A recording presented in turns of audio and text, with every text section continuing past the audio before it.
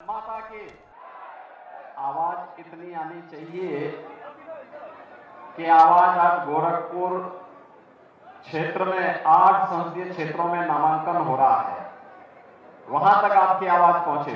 भारत माता की, भारत माता की, भारत माता की, वंदे वंदे वंदे। भारतीय जनता पार्टी के क्षेत्रीय अध्यक्ष श्री सहजानंद राय जी, प्रदेश के उपाध्यक्ष डॉक्टर धर्मेंद्र सिंह जी, भारतीय जनता पार्टी के जिला के अध्यक्ष श्री ऋषिर सिंह जी, महानगर अध्यक्ष राजेश गुप्ता जी, मंच पर उपस्थित गोरखपुर संसदीय क्षेत्र से लोकप्रिय सांसद और भारतीय जनता पार्टी के प्रत्याशी श्री रविकिशन शुक्ला जी, कुशीनगर संसदीय क्षेत्र से भारतीय जनता पार्टी के लोकप्रिय सांसद और प्रत्याशी श्री विजय दुबे जी, महापौर डॉक्टर मुल्लेश श्रीवास्तव जी, हमारे सभी माननीय विधायकगण श्री फतेह बहादुर सिंह जी, विपिन सिंह जी, महेंद्रपाल सिंह जी, प्रदीप शुक्ला जी, किसान मोर्चा के प्रदेश अध्यक्ष श्री कामेश्वर सिंह जी, पूर्व विधायक श्री जेएम सिंह जी, मंच पर उपस्थित भारतीय जनता पार्टी के सभी पदाधिकारीगण और अभी जिन्होंने भारतीय जनता पार्टी की सदस्यता ग्रहण की है, श्री नथुनी कुशवाहा जी, राणा राहुल सिंह जी, रमाकांत निषाद जी, भारतीय जनता पार्टी और सहयोगी दलों के हमारे सभी पदाधिकारीगण और उपस्थित बहनों और भाइयों, मैं सबसे पहले श्री रविकिशन जी को नामांकन दाखिल करने के लिए आप सबकी ओर से हृदय से बधाई देता हूं।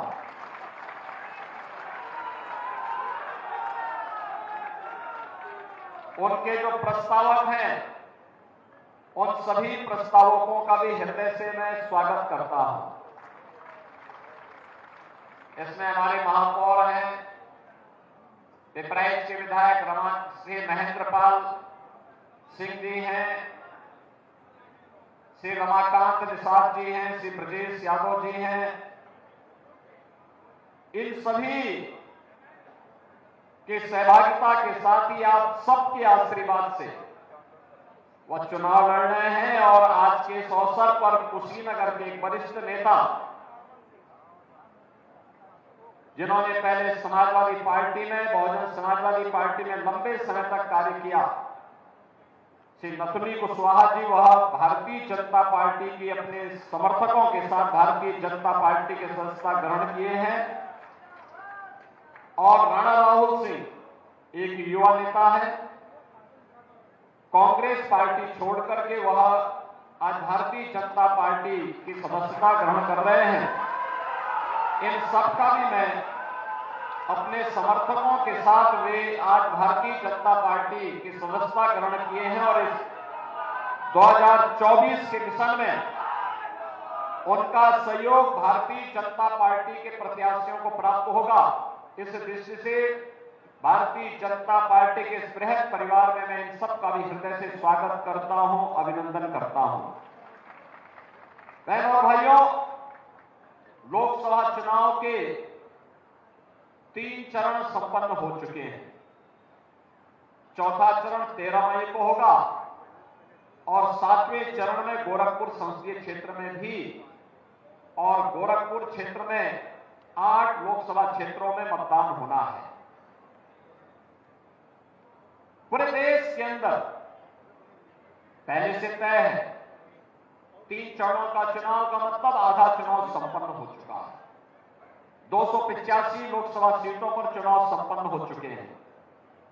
मुझे भी अब तक देश के अंदर 9 राज्यों में जाने का अवसर प्राप्त हुआ है और मैं इस बात को कह सकता हूं कि पूरे देश के अंदर आज जो एक स्वर गूंज रहा है और वह है कि फिर एक बार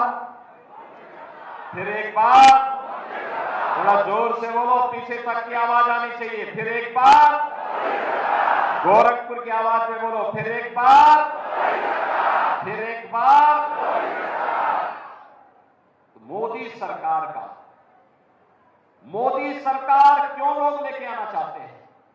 इसलिए क्योंकि भारत की जनता के पास एक ही उसका उपाय है और कहते हैं कि सारी समस्या का समाधान एक है और वह है राम राज्य की स्थापना।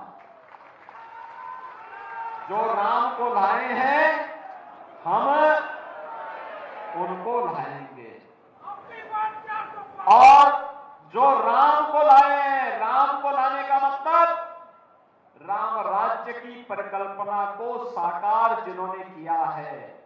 और बहनों और भाइयों, राम राज्य का मतलब सबका सम्मान हो, सबको सुरक्षा हो, सबका विकास हो और गरीब कल्याणकारी योजनाओं का लाभ बिना भेदभाव के हर तबके को प्राप्त होता हो, बिना भेदभाव के। अब सोचो, 80 करोड़ लोगों को राशन मिल रहा है ना राशन? क्या किसी का चेहरा देख करके दिया जा रहा है क्या?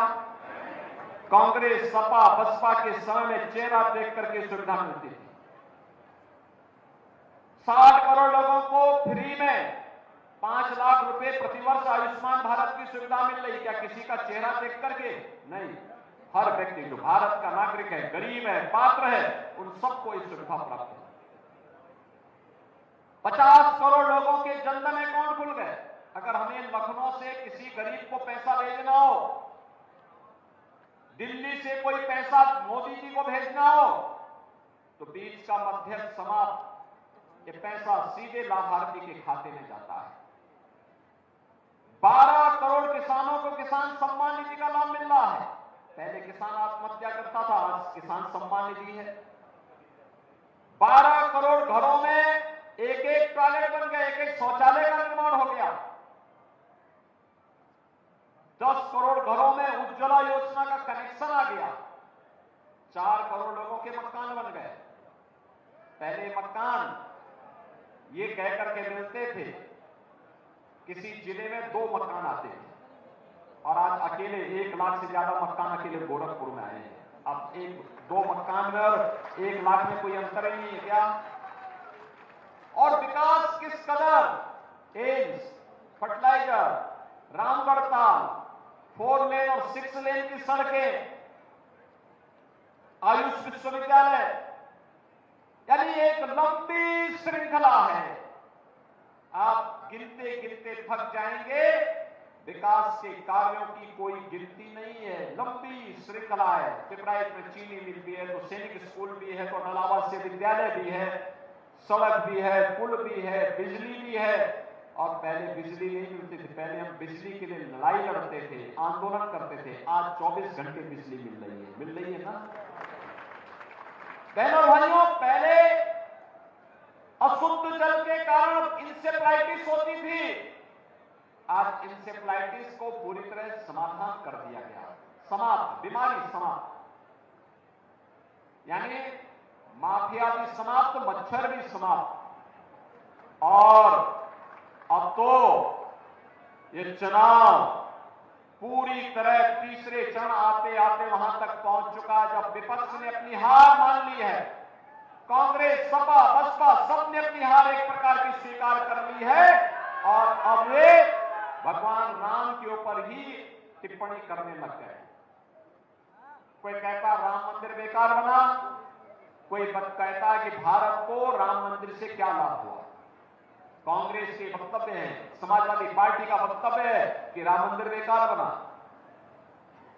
अरे आतंकवादियों की पैरवी करने वालों, तुम्हें तो राम मंदिर बुरा ही लगेगा, क्योंकि जब तुम्हारी सरकार थी तब तुम लोगों ने राम मंदिर पर, राम जन्मभूमि पर आतंकी हमला करने वाले आतंकवादियों के खिलाफ अगर वही कार्रवाई किए होते जो कार्रवाई आज देश के अंदर हो रही है और जो कार्रवाई माफिया के खिलाफ यूपी में होती है, तो फिर संकट मोचन मंदिर और कचहरियों पर भी आतंकी हमले हो सकता न होते।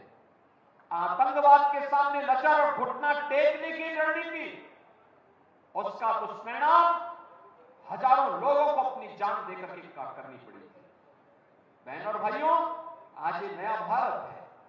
इस नए भारत में सम्मान भी है, सुरक्षा भी है, विकास भी है, गरीब कल्याण भी है, बिना भेदभाव के शासन की योजना से जोड़ने का अभियान भी है, आपकी आस्था का सम्मान भी है, बेटी के जन्म लेने से लेकर के शादी ब्याह तक, योग्य बनने तक, उसके लिए तमाम प्रकार की योजनाएं, नौजवानों के लिए नौकरी है, रोजगार है, निवेश है, ढेर सारी चीजें उनके लिए भी है, अन्नदाता किसान के लिए भी ढेर सारी योजनाएं हैं।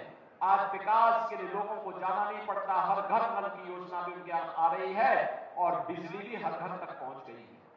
रसोई गैस का कनेक्शन भी हर घर तक पहुंच चुका है। सब कुछ अच्छा है, लेकिन अच्छे का श्रेय मोदी जी को तो जाता ही है, लेकिन उससे ज्यादा श्रेय आपको जाता है, क्योंकि मोदी जी को 2014 में एक वोट देकर के आपने चुन करके भेजा। जो मोदी जी को आपने एक वोट दिया, उस वोट के कारण आज मोदी जी ने देश के अंदर एक नया चमत्कार कर दिया, एक नए भारत का निर्माण कर दिया। और बहनों और भाइयों, मैं इसीलिए आया हूं आपके पास आज कहने के लिए। आज जो नामांकन का जुलूस है, इसमें दो बातें कहने के लिए आया हूं। एक तो ये चुनाव सामान्य चुनाव नहीं, ये चुनाव केवल सत्ता प्राप्त करने का माध्यम नहीं बनना है। ये चुनाव हमारे लिए आत्मनिर्भर और विकसित भारत निर्माण का चुनाव है। हम आत्मनिर्भर और विकसित भारत, आत्मनिर्भर का मतलब एक ऐसा भारत जिसमें नौजवान आत्मनिर्भर होगा, महिलाएं आत्मनिर्भर होंगी, किसान आत्मनिर्भर होगा, व्यापारी आत्मनिर्भर होगा, श्रमिक आत्मनिर्भर होगा, हर तरफ का आत्मनिर्भर होगा। उसको दूसरों पर निर्भर नहीं होना पड़ेगा। उस नए भारत के लिए, उस आत्मनिर्भर भारत के लिए जो आने वाली पीढ़ी के लिए विकसित भारत का रूप ले सके, इसके लिए हमें इस चुनाव में भागीदार बनना है और भारतीय जनता पार्टी को जिताना है। और दूसरा, बहनों और भाइयों, एक तरफ विकसित भारत के लिए और दूसरा चुनाव के दौरान मैं आपसे कहने के लिए आया हूं, चुनाव के दौरान उम्मीद करना कि प्रत्याशी घर घर जाए, बहुत कठिन है जी, नहीं होता चुनाव के दौरान, क्योंकि एक संसदीय क्षेत्र में 2000 से अधिक गांव आते हैं, नगर निकाय अलग है, इसलिए घर घर नहीं जा पाएंगे। चुनाव के दौरान तो शक्ति केंद्र पर ही प्रत्याशी जाकर के जनता से अपील कर पाएगा। और इसलिए मैं कहूंगा, आप सबको मेरी तरफ से, मोदी जी की तरफ से और स्वयं रवि किशन बनना पड़ेगा। बनेंगे? बनेंगे? पीछे तक बोलो, पीछे तक आवाज आनी चाहिए भाई। इतनी मरी हुई आवाज नहीं होनी चाहिए, आवाज ऐसी होनी चाहिए जो गूंजे। आप लोग रवि किशन बन करके गांव गांव घर घर जाएंगे, सभी लोग जाएंगे, भारी बहुमत से रवि किशन को कमल निशान पर चुनाव जिता करके भेजेंगे। देखो, महानगर के अंदर अब अंतिम दिन के एक दिन पहले चुनाव प्रचार जिस दिन बंद होगा, उसके एक दिन पहले हम रोड शो करेंगे। इस दौरान पूरे प्रदेश भर में और देश के अन्य राज्यों में भी प्रचार करने के लिए जाना है। इसलिए गोरखपुर का चुनाव आपके ऊपर एक छोड़ है, आए समझ में ना? आप लोग घर घर जाएंगे, एक एक मतदाता को इस बारे में अवगत कराएंगे कि भाई चुनाव जीतना है और भारी बहुमत से जीतना है। जीतना है ना, भारी बहुमत से, रिकॉर्ड बहुमत से। जितने वोट से गत चुनाव में श्री रवि किशन जीते थे, उससे दुगने वोट से आप जिता पाएंगे। जिम्मेदारी लेंगे, गारंटी लेंगे, तो सुरक्षा और सम्मान और विकास की गारंटी मोदी जी की है, उसको लागू करने की जिम्मेदारी हमारी है। आया ना समझ में? और बहनों और भाइयों, हम लोग इसको लागू करेंगे। इसलिए घर घर जाना है, मतदान के दिन पहले मतदान फिर जलपान के लक्ष्य को लेकर के अभी से लग जाना है, क्योंकि 21 दिन आपके लिए चुनाव प्रचार में लगेंगे। 21 दिन आपको मिलेंगे। 21 दिन के चुनाव प्रचार में चुनाव को इतनी ऊंचाई तक पहुंचाना कि विपक्ष हताश और निराश हो जाए और मैदान छोड़ करके भागने के लिए मजबूर हो जाए। होगा ना? सभी लोग सहमत हैं? तो फिर मेरे साथ दोनों हाथ पकड़ करके बोलेंगे, भारत माता की, भारत माता की, भारत माता की जय श्री राम, जय श्री राम, जय श्री राम, जय जय श्री राम। जिले के लोकप्रिय तो गोरखपुर से आप सुन रहे थे सीएम योगी आदित्यनाथ को यहाँ पर चुनावी जनसभा को संबोधित किया। इसी के साथ रवि किशन के समर्थन में वोट मांगते हुए नजर आए सीएम योगी आदित्यनाथ, और साथ में जिन नेताओं ने बीजेपी की सदस्यता ग्रहण की है उनको भी बधाई यहाँ पर सीएम योगी आदित्यनाथ की ओर से दी गई। उन्होंने कहा कि सरकार ने किसानों को सम्मान दिया है, तमाम मुद्दों को उन्होंने गिनवाया। कांग्रेस देश को तोड़ने में लगी है, यानी कांग्रेस को भी घेरने का काम यहाँ पर सीएम योगी आदित्यनाथ करते नजर आए। इसी के साथ अब की बार 400 पार का नारा भी सीएम योगी आदित्यनाथ ने मंच से दिया और लगातार विपक्ष पर भी हमलावर है। कांग्रेस समाजवादी पार्टी को आड़े हाथों